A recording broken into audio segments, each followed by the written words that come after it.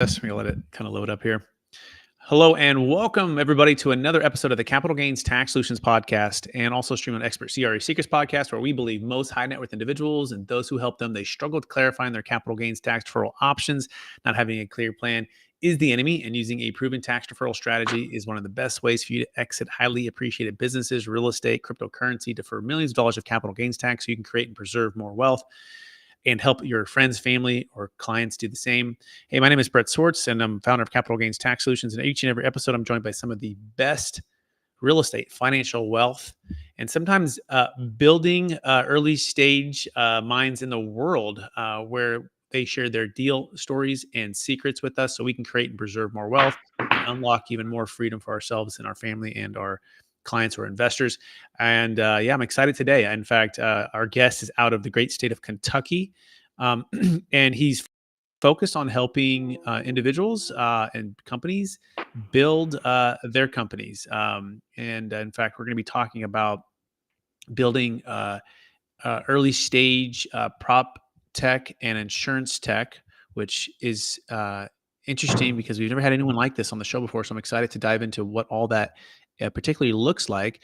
But our guest has a tremendous experience and background of helping people build massive companies. In fact, he's founded and co-founded several businesses across the InsurTech and PropTech aimed at providing condition assessment technologies and forensic services and so much more. Please welcome to the show, Lyle Donan. Lyle, how are we doing?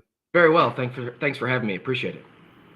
Absolutely. And for our listeners getting to know you for the first time, would you give us a little bit more about your story and your current focus?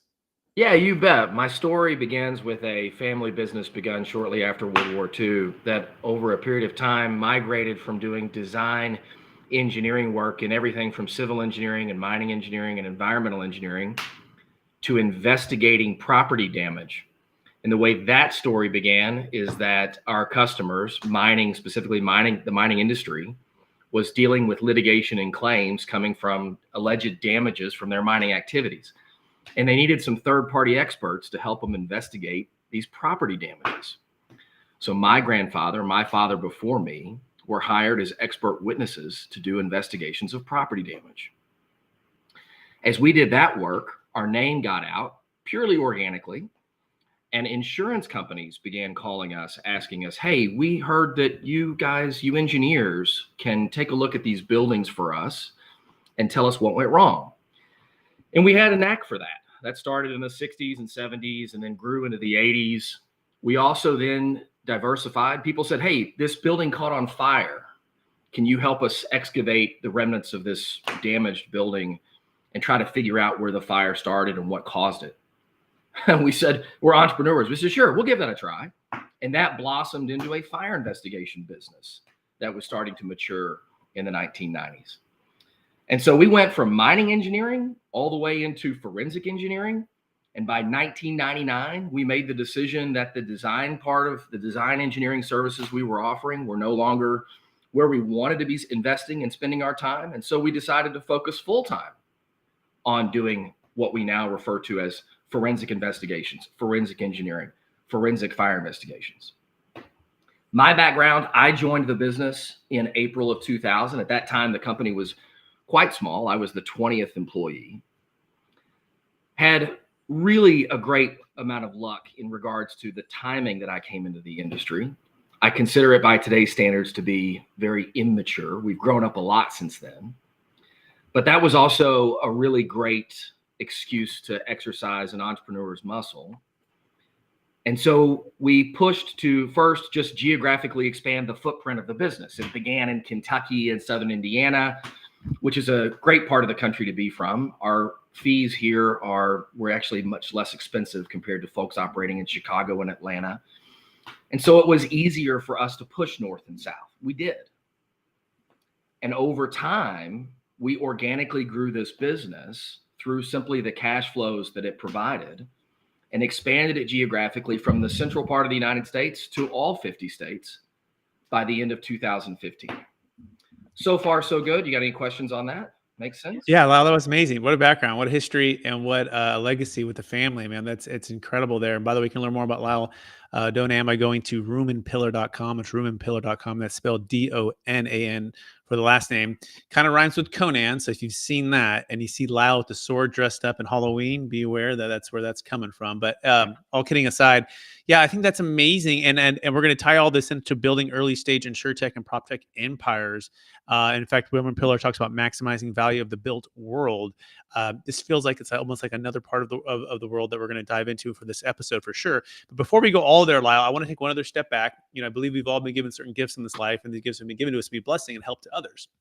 So I'm curious, go back to the earlier days, Lyle, before you're in the family business and doing all the things you're doing now. And what do you think, or what do you feel like, or what do you know are the strengths or gifts, maybe one or two that you've been given personally, and how does that help how you help and bless the company you're helping to run today and the people that you serve? I don't know that there's a better gift than my professional Rolodex, but it doesn't come instantly. That's something that I've accrued over several decades, but it began at a very young age. And so one of the things about my professional story was our customers or property insurance carriers, and I began to care very deeply about the things that they care about. And so if you're looking at something called real estate, the portfolio of property, and then what I want to care about from an insurance company's perspective is, well, what's causing damage to that property? And then I go swimming very deeply into all the lanes of damage that can cause that we see frequently in property. And so then I'll go working with, for example, FEMA and ask them, hey, what are you seeing damage causing from? Fires, floods, earthquakes, other types of severe weather. I'll go work with departments of insurance and ask them, hey, you guys are the ones that are regulating the insurance market in the state. Where do you see damage coming from? And all these are just organically generating relationships. And so that then, builds a Rolodex. And so the best talent that I have today is just simply the network that I've been lucky enough to create over a couple of decades of doing what I do. And then I'm trying to take that network and leverage it to the advantage of other early stage businesses, CEOs and entrepreneurs, and help connect them to people that I think can accelerate and move their business faster. Yeah, it really sounds like a deep care and connection with those that you served over the years as friends, and in serving them to help like Zig Ziglar said, help enough get people get what they want. You can have everything you want. And then on top of that, now then multiplying and leveraging those relationships to help and synergy for others in the network. Is that a fair summary? Yeah, that's fair. You bet. Awesome. Great. Well, let's dive right into the topic at hand now, which is building early stage InsurTech and PropTech empires. So Lyle, what is the number one secret to doing just that?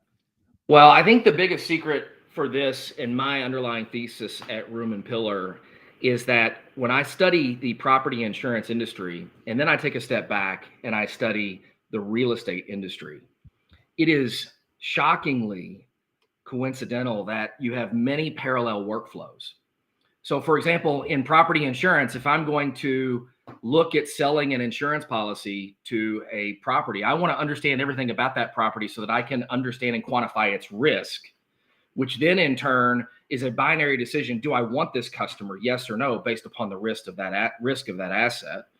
And then based upon that risk, it'll help me understand, well, how much should I charge in premium for an insurance policy for this? Very conventional insurance workflows. On the real estate side, if you are a owner and operator of real estate and you're considering buying another asset, you're doing much of the same thing. Hey, what's the condition of the roof? What's the flood risk of this property? What's the fire risk of this property? Is it sprinkled? Yes or no? What's the condition of the HVAC and the plumbing?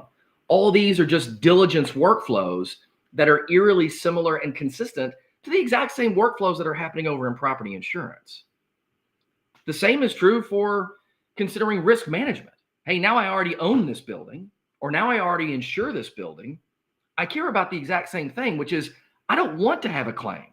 I don't want my building to flood or catch on fire or something else. So if you're a good owner and a good operator of real estate, you're constantly doing things to manage the risk and optimize the value of that investment for you. An insurance company is doing the exact same thing. They're hoping that you avoid a claim. They don't want you to file a claim. So a good insurance company wants to work with you to reduce the risks of the things that are inside your real estate. Okay, here's the thesis. Here's the aha. It is, wait a minute, if they're both doing the exact same thing, then what is the best of breed of solution that's happening over in real estate? And can I sell that? Can I introduce that solution over to an insurance audience and find immediate application, immediate growth, and a significant increase of the total addressable market? That's a really interesting opportunity. The same is true on the other side. One of the things that people that really don't know property insurance fail to understand is that most property insurance companies don't make very high margins. That's the exception, not the rule. The rule is these companies make incredibly low margins. So if they're making very low margins, then for sure, the products, the services, the solutions, AKA the vendors that they rely on to execute their businesses have to be super fast, super accurate, very efficient. Otherwise, they can't afford it. Okay, well, if I find the best technology, the best solution, the best vendor that's solving a really fundamental problem in insurance or insurance tech, InsurTech, then my inherent question is, can I take that business and introduce that business to real estate audiences and immediately find significant value in that diversification of the addressable market? Absolutely incredible and insightful. And I want to dive even more to that. I'm talking with Lyle Donan, roomandpillar.com. So, okay, let me pull out a couple pieces that I wrote down here. So first of all, understanding and quantifying risk, right? Whether it be through property, property insurance, real estate industry, and then figuring out, do I want that risk and how to put a number on that risk, and then caring about how to mitigate that risk and optimizing the building and working. And so what you're saying is essentially you are underwriting risk, right? You're underwriting risk and you're figuring out ways to solve that with technology. Is that a fair summary? That is certainly a key part of my work at Room and Pillar. Yeah. One of the things that I want to educate your audience is that across all real estate in the United States, we can think about risk in some very fundamental ways, which actually simplifies the whole story of risk and makes the conversation a lot easier. The largest and most frequent cause of loss of damage in the United States is wind and hail damage. It's not wildfires, it's not earthquakes, it's not floods, it's not tornadoes, it's wind and hail damage. So if I'm going to think about wind and hail damage, I care about roofing, I care about what's the exterior materials on a property. But those are fundamental things that I should really care about because that is the single largest category of risk to real estate in the US. The second leading cause of risk to real estate in the United States is, in the insurance jargon, a peril we're going to call non-weather interior water. If you're not from the insurance world, just call it interior water leaks, plumbing leaks. And these are ubiquitous regardless of where you live. So even if you live in a part of the country where there is no significant wind or hail risk, I'm pretty sure you still have a plumbing risk. And so again, that's a very simple way to think about the conversation of risk. And it's ubiquitous. It applies to literally everybody, whether you're a homeowner or you own a portfolio of real estate like a REIT, or you're an insurance company, you have a portfolio of properties that you insure. I mean, these are just underlying foundational conversations. Then we can focus on, well, okay, where do interior water losses come from? Where does plumbing leak? And so you can begin to refine or create a funnel and get more specific about each one of these conversations. Hopefully that makes sense. Yeah, I think it does. And let's maybe get practical here, right? Let's get like a practical application. Let's imagine I own an apartment complex and it's a 350 unit apartment complex. It's in California, right? It might be close to some fire stuff, right? And or it's in Florida and it might be subject to like flooding and certain things, right? Which I know those are the second, those aren't the number one. Wind and hail are number one, but just to make it really practical, what is Room and Pillar going to help that owner to do? Maybe give us like a case study to kind of bring this thing to life. Yeah, you bet. All right, let's talk about plumbing, because regardless of geography, we hope that you've got potable water plumbing inside this property. You've got cold water in your walls and you've got hot water in your walls. So if you own, for example, an apartment building, I don't know, you could have a boiler supplying hot water throughout this structure. You could have water heaters in each individual unit. Regardless, that water heater and all of the appliances that are connected to your cold and hot water plumbing inside that unit, those are incredibly higher risk parts of the asset itself. And so if you want to just have a conversation about, well, forget geography, I own real estate, therefore I have plumbing inside my property, I have pressurized water inside the walls, the water supply lines, and the appliances that my occupant is using every single day, great. Let's do this. Let's focus on your water heater, your dishwasher, your HVAC system, a clothes washer, a clothes dryer, and a refrigerator and an ice maker. Because statistically, those are the products inside of the property that are going to fail. And if they fail, they may fail belligerently, which means they're going to fail and cause property damage. Now, we don't want that. That's the worst case scenario, is that they fail and they flood a home. But we can take steps to collect data, not on the entire interior of a house. That's exhaustive. It's really time consuming. It's horribly inefficient. Don't do that. I don't suggest you should. But if you really want to get strategic about understanding the risk of something like interior water inside a property, then you should send somebody around, whether it's the occupant or somebody else or you, to go around and capture the images using a smartphone of what I'll refer to as the asset tags. In other words, the manufacturer's tag, the manufacturer sticker, their plate on all of those core assets inside of this real estate. Okay, now you're generating structured data, not just structured data on the house or on the apartment, but structured data on the assets within it. And this becomes really useful for all kinds of reasons.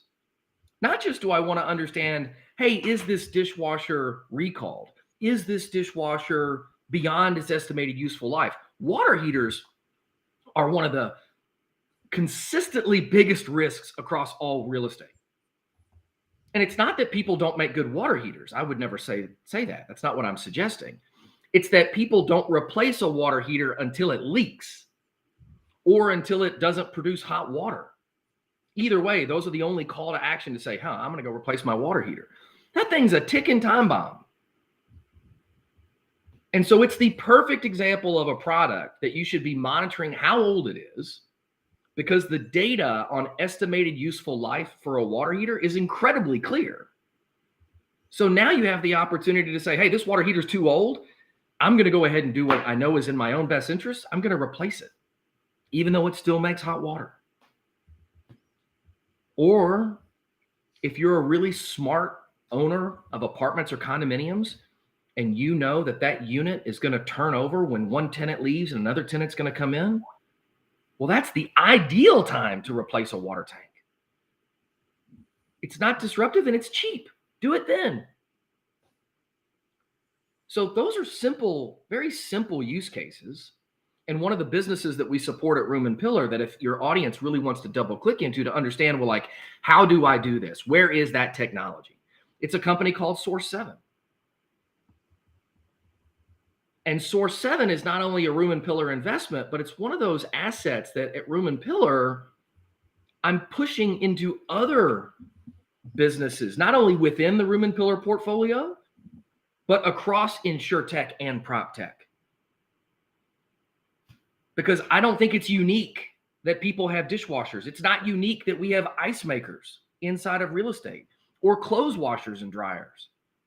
These are so common. It's like, shouldn't everybody know if your ice maker has been recalled?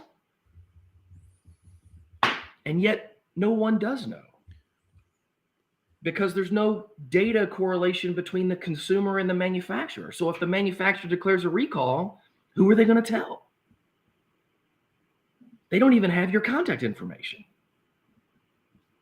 So Brett, I hope those are some very simple use cases. We can double click in there in any way you want to. Yeah, I love that. No, I think this is great. It's almost like it feels like it's budgeting for the property assets in a way that helps you to organize it, and to work with, Source 7, right? As the individual, as the property owner, and also just budgeting for and de-risking the property with like water heaters that you're right, because most people are not going to replace it until the water heater stops or starts to leak or whatever. And you're going, it's like your tires that you're driving on your car, like, yeah, you can probably keep driving, but those things are bare and those things are beyond their useful life. You're in danger, right? But it's that connection emotionally to, like, budget for these things and think about them when you're driving. You can probably kind of start to feel it. I just replaced my tires, by the way, and I was like, man, the car's kind of shaking. Like, it was just weird. I was like, I wonder if I need to get a new car. Like, I felt like something might be wrong. And I was like, and then I went and I got my tires checked. Like, you need to replace your tires. I'm like, oh shoot, yeah, and I did. And then all of a sudden, everything is just riding smooth again. And so it's connecting that property, budgeting for those assets to make sure that you're not gonna, that tire is gonna blow, and in this scenario, that water heater is gonna blow, and it's gonna cause, like you said, belligerent damage to the assets. Is that a fair summary, Lyle? That's a totally fair summary. It's amazing, Brett, how many people, how many entities have purchased real estate assets, portfolios of real estate assets.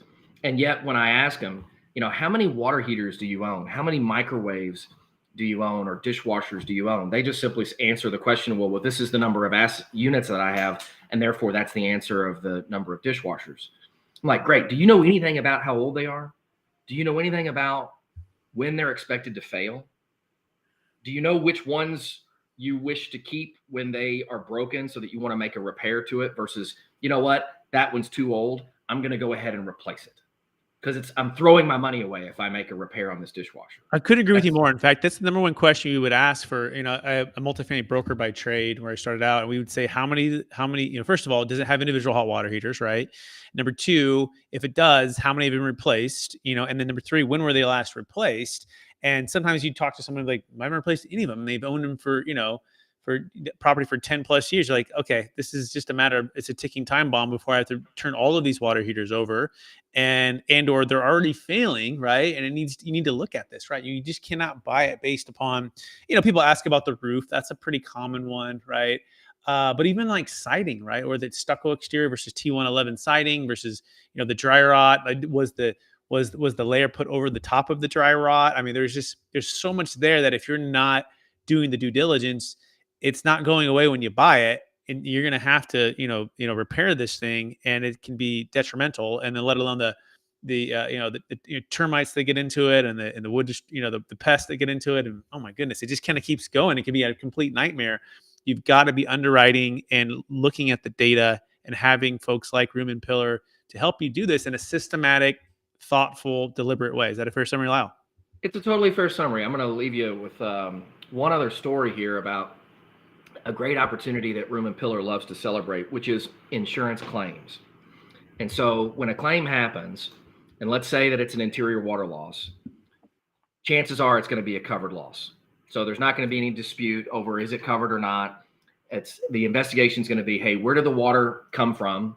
How bad is the damage? How do I quickly and efficiently write an estimate and cut you a check to pay you for the damages that you've suffered, and then help you in any way I can restore the property back to its pre-loss condition? That's a great story. However, there's a hidden little nugget in that story, because depending upon where the water came from, let's go back to this really, really simple use case of a dishwasher. If you use data coming from a product like Source 7, for example, you take a photograph of that dishwasher asset tag, they can instantly extract the data off that image and return back to you everything you ever wanted to know about that dishwasher, including what's the likelihood that if you went after the manufacturer of the dishwasher and made a claim against them, that you'd be able to recover some of the money that you paid to your customer, the insured, who suffered this property damage because their dishwasher failed. That's a whole hidden industry called subrogation. And I celebrate subrogation. Not only is it informing the manufacturer that, hey, we may have a problem with the stuff that we're selling and putting out into the marketplace, which is awesome all by itself, but it's reducing the indemnity of the insurance business. Got to celebrate that on their behalf. But more importantly, Most insurance companies, when they recover that money, they're going to say, hey, we're going to go back to our customer, the customer who suffered the loss, who suffered the damage, and we're going to pay them back. We're going to literally write them a check for the amount of their deductible. We're going to make them whole for a loss that they suffered. And that is such an amazing customer experience that everyone can celebrate. The consumer can celebrate it. The property insurance company can celebrate it. The regulators, the Department of Insurance celebrate it. Consumer advocates celebrate it. We should do more of that. Absolutely. And by the way, it reminds me of what's going on right now. I maybe some thoughts on this. The large planes, the 747 Maxes, right? If you think about what you're saying, it sounds like you're trying to bring more transparency, more accountability, but also to help the manufacturer. It's not a zero-sum game. One wins, one loses. Yeah, they might have to reimburse the person who paid all the money to the insurance company, but this is going to prevent them from making further mistakes and further liabilities down the road. Same thing with what's going on with these 747 Maxes. Like, people are saying, like, this is some serious stuff. Like what's happening with these things. Now let's report back and let's go back and let's fix these things so people don't get hurt. Now on a plane, it's like life and death, like, right? This kind of thing is, it's serious money, right? And it could also be life and death, right? It could start that fire, or it could fail that, the electric thing. It could be all kinds of stuff. But yeah, it's that urgency and systematizing what you're doing, more like the airline industry. Am I catching it, Lyle? You're totally catching it. I love the metaphor. Here's a fun one. So there is a brand and model of refrigerator. Now, granted, it's not the most common refrigerator in kitchens across America, but it's certainly out there, and there's plenty of them. And it's got a really heavy door on it. And that door, just like most refrigerators, has shelves on the door. And so you can put things in the shelves. And so depending upon what you put in those shelves, especially if you put things like milk jugs and orange juice containers, right? Things that are heavy, and you put it in that door, if you walk up to that refrigerator and you firmly grasp the handle and you pull really hard on that handle, that entire refrigerator has the risk of overturning on the person who's standing in front of it. That's horrible. That's a known risk for that brand and model number refrigerator. And yet, my hunch is that most people in America who own that refrigerator have no idea at all that thing has the risk of overturning and hurting and or killing the person who's standing in front of it. Yeah. There you go. Gosh. Yeah, exactly. Who you wouldn't know, right? You would just assume that it's just like every other refrigerator that you've had in your whole life. And so, hey, Lyle, we're talking Lyle Donan, and you can go to roomandpillow.com to learn more and to get started on everything he's talking about. And Lyle, so let's shift a little bit. I want to go to, we talk about capital gains taxes and exiting, right? So hopefully people have built up their properties and their assets in a way that de-risks everything and also increases the NOI, and it helps to run the properties even smoother, which increases the NOI. Now they're going to exit, right, Lyle? So I'm curious, and you probably exited yourself, right? What would you say is the biggest frustration when it comes to the 1031 exchange, or selling businesses and having huge capital gains taxes? What have you found to be some of the challenges with some of the some of the ways that people have exited in the past, or the ways that you've exited? My exits, I look back on every single one of them and kind of do forensics on them, and I don't think I've done one yet that I haven't said, well, I could have done that differently, or I could have done that better. And I would say that the most important advice that I can give to anybody who's doing a significant exit is that it's the caliber of the team that you surround yourself with. So just to be blunt, I'm never going to be as savvy or sophisticated as I hope the lawyer that I have by my side, my CPA that I've got by my side, and the others that are on my deal team as I'm exiting this particular asset. But typically, there's a great deal of time sensitivity and a great deal of pressure, which is a competing interest in diligence and slowing down and getting prepared and getting all your ducks in a row. And so I think that the only advice I can give is twofold. First, the caliber of the advisors that sit to my right and to my left are inherently integral into how I feel about the success of that transaction on the other side of it. And yes, I have gone through transactions and immediately fired people sitting to my left and right. So I've made those mistakes on my own self more than once. The other thing is just that you can't cry over spilled milk. And I don't want to get the detail to be so critically important that I lose sight of the opportunity of the transaction itself. Time is of the essence. The clock is always ticking. There is a pressure to get the deal done. So I want to make sure that good is good enough, but I'm not in search of perfection. And I think that when you do the forensics on the other side, if you answer it with, well, that was an opportunity that I missed, but if I had it to do over again, I wouldn't have stopped the transaction for that opportunity, then the opportunity was still a successful transaction. And I'm not going to get caught up in the miss that perhaps I've identified. On the other hand, if it's that big and I'm really upset about it, and one of these people sitting to my left or right is going to get fired over it, then boy, that's a big takeaway. Absolutely. No, that's so much wisdom there. I love the way you put that. Right. It's always great to reflect, but it's also great to be you're grateful for everything that has been. Right. It's a great exit. Right. And you can't cry over spilled milk. I like it, but you also take action and say, well, what did we do wrong? And by the way, the same group that helped you to get from 0 to 10 million may not be the same team to take you from 10 to 50 or 50 to 100 to 100 million to $1 billion. Right. Each level that you're leveling up as an entrepreneur, as a business owner, as a real estate owner, the team may need to adjust, or you need to add a player to the team, right? I think of like, the Golden State Warriors. You can't have 5 Steph Currys. Well, maybe you could. He might be the one guy you could do that with, right? But you need to have the Draymond Greens, you need to have the Klay Thompsons. You need to have the different players in place to fill the roles to win the championships, and sometimes that means leveling up. I'm curious, have you done 1031 exchanges before, Lyle, or what has been your typical way when you exit assets and how you're deferring capital gains taxes? What's been your strategy? Yeah, Brett, I have not personally delved into 1031 exchanges, not because I haven't considered it, but because looking at the interest of time, I've been too focused on wherever I'm going next to evaluate that 1031 exchange as something that I'm going to focus on. So just full transparency, I have not done 1031 exchanges. Yeah, I mean, honestly, a lot of our clients haven't either, and that's why they find us, is because that time piece, we call that the shotgun wedding, when essentially they're running around in 45 days to identify, 180 days to close, and sometimes they're even selling businesses or crypto or stock, which are not 1031 eligible. And so we offer something called a deferred sales trust that works for any asset of any kind. And we say it eliminates the need for the 1031 exchange when you don't have to get the time piece against you, right? Time becomes your friend in this strategy where there's no like kind replacement requirement. You can, a business venture can go into a real estate, or real estate into business, or crypto into real estate, all tax deferred, but there's no time pressure, right? You can sit in T-bills while you're waiting. You can sit in hard money lending while you're waiting. And then you can purchase things at optimal timing. And what I also say, optimal entrepreneurial journey, because we're all in different journeys, different stages. And this capital can be used to fund those deals, or to start new companies, or to build that new project. If anyone is curious about how that works, or wants to learn more, you go to capitalgainstaxsolutions.com. That's capitalgainstaxsolutions.com.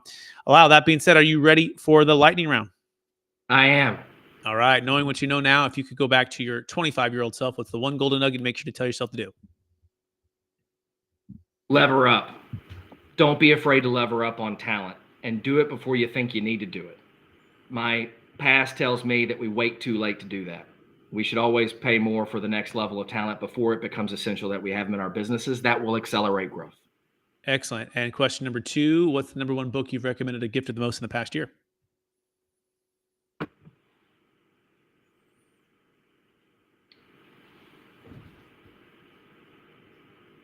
Servant Leadership. Is there an author? Do you know? Let's punt. I want to come back to that. You got my head scratching. Okay, no problem. Next question is this. What are you most curious about right now? What am I most curious about right now is I'm studying geopolitics. I'm studying where is the world going and why. I'm really starting to be a student of demographics. I think demographics is a prediction of our future. And so as I look at, for example, the conversation of real estate, I'm wanting to study age demographics in the United States, in North America, and abroad. What's happening in China matters to what's happening in the US. How they're aging matters to what's happening in the U.S. It's going to affect their policy. It's going to affect their politics. The same is true here in the United States. And I think more in the last 18 months than any other time in my life, I'm really begin to focus on geopolitics and demographics as a prediction of where I should be placing my own bets. Absolutely. We couldn't agree with you more, by the way. Some quick stats about why it's so important to build a capital gains tax exit plan with those demographics is there's over $84 trillion that's set to transfer in the next 20 years from one generation to the next.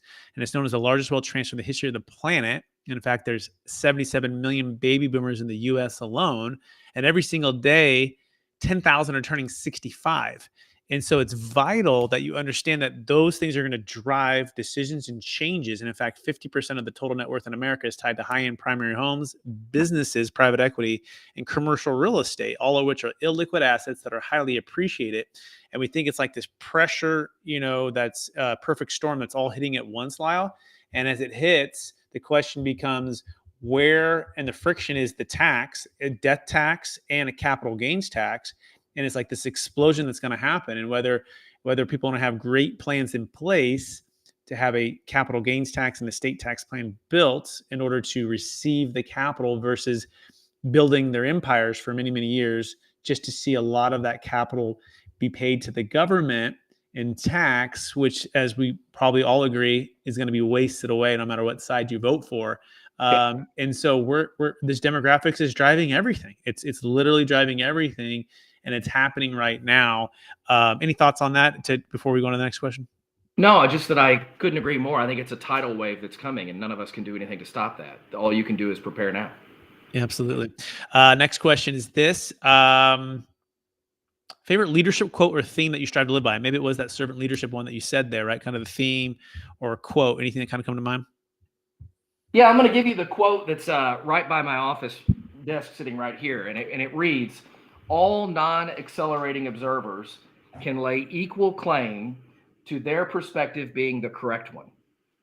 I'll read it one more time. It's kind of a mouthful, but I think it makes a lot of sense if you think about it. Ready? All non-accelerating observers, which means they're standing still, can lay equal claim to their perspective being the correct one.